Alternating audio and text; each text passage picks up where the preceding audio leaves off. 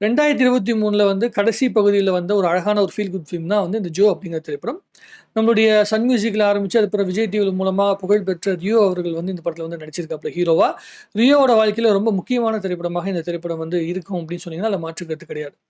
எப்படி வந்து 96 அப்படிங்கிற படம் வந்து விஜய் சேதுபதியோட வாழ்க்கையில ஒரு மிகப்பெரிய ஒரு மாற்றத்தை ஏற்படுத்துச்சோ, அதாவது வேற வேற படங்கள் நடிச்சிட்டு இருக்காரு. திடீர்னு 96 வந்து எப்படி ஸ்கூல் லைஃப்ல வந்த ஒரு அழகான ஒரு காதல் கதையை நமக்கு வந்து சொல்லிக் குடுத்துச்சோ, அதே மாதிரி இந்த திரைப்படம் காலேஜ் லைஃப்ல வந்து ஒரு அழகான காதல் கதைய வந்து பார்த்தீங்கன்னா, சொல்லி புரிய வச்சிருக்கு.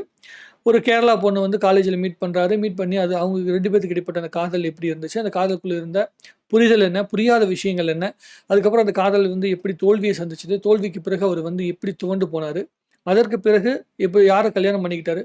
கல்யாணம் பண்ண பிறகு அவருக்கு அந்த காதல் திருப்பி கிடைச்சதா? அல்லது வந்து பார்த்தீங்கன்னா, அதே வெக்ஸ்லயே வாழ்க்கைய வாழ்றாரா? அப்படிங்கிற ஒரு மிகப்பெரிய இந்த நம்ம எல்லாருமே வாழ்க்கையில சந்திக்கிற ஒரு கதைய எடுத்துக்கிட்டு, அந்த கதைய ரொம்ப அழகா போர்ட்ரேட் பண்ணி காட்டியிருந்தாங்க. ரியோ தன்னால் எந்த அளவுக்கு அழுத்தமான நடிப்பு குடுக்க முடியுமோ, அந்த அளவுக்கு அழகான நடிப்பு குடுத்திருந்தாரு. ஹீரோயின்ஸ் வந்து பார்த்தீங்கன்னா, அவங்களுடைய வேலைய கரெக்ட்டா செஞ்சுட்டு போயிருந்தாங்க. இந்த படத்திலேயே ரொம்ப அதிகமா ரொம்ப முக்கியமா கவனிக்க வேண்டிய ஒரு ஆள் யாருன்னு சொல்லி பார்த்தீங்கன்னா, சார்லி அவர்கள். ஒரு காலேஜ்ல இருக்கிற செக்யூரிட்டி வேலை பார்க்குற ஒரு சாதாரண ஆளா வந்து பார்த்தீங்கன்னா காட்டியிருப்பாங்க. ஆனா, அவருக்கு உள்ள இருந்த அந்த ஒரு அழகான அவருக்கும் அவரோட ஒய்ஃப்‌க்கு இடைப்பட்ட அந்த அழகான ஒரு அந்த காதல வந்து சொல்லுகின்ற ஒரு அற்புதமான ஒரு சீன்லாம் வந்து பார்த்தீங்கன்னா, படத்தில வரும். அந்த சீன் தான் இந்த படத்திலேயே வந்து என்ன ரொம்ப அட்ராக்ட் பண்ணுச்சு. ரியோ அவர்களுடைய அந்த இன்ட்ரோல் சீன்ல வருகின்ற நெகிழ்ச்சியான சம்பவமா இருக்கட்டும், அதை தவிர்த்து மிக அற்புதமா வந்து நம்ம ரசிக்க வச்ச ஆள் யாருன்னு சொல்லி பார்த்தீங்கன்னா, சார்லி தான் இந்த படத்தில ரொம்ப முக்கியமான ஆளு. சார்லி அவர்கள் மாதிரியான ஆர்டிஸ்ட்லாம் இன்னும் நல்லா பயன்படுத்தணும். எப்படி எம்.எஸ். பாஸ்கர் சார் வந்து பார்த்தீங்கன்னா, பார்க்கிங்ல வந்து எந்த அளவு அழகான ஒரு நடிப்பு குடுத்தாரோ, அதே மாதிரி ஜோ அப்படிங்கிற படத்துல வந்து சார்லி அவர்கள் ரொம்ப நல்ல நடிப்பு வந்து குடுத்துருக்காரு. கிட்டத்தட்ட 580 படங்களுக்கு மேல நடிச்ச ஒரு மனுஷன். ஆ அவர் வந்து அவர் மாரியான ஆட்களுக்கு வந்து இந்த மாரி ஸ்பேஸ் குடுக்கும்போது, மாநகரம் படத்துல கூட அவருக்கு ஒரு நல்ல கேரக்டர் தான் குடுத்தாங்க.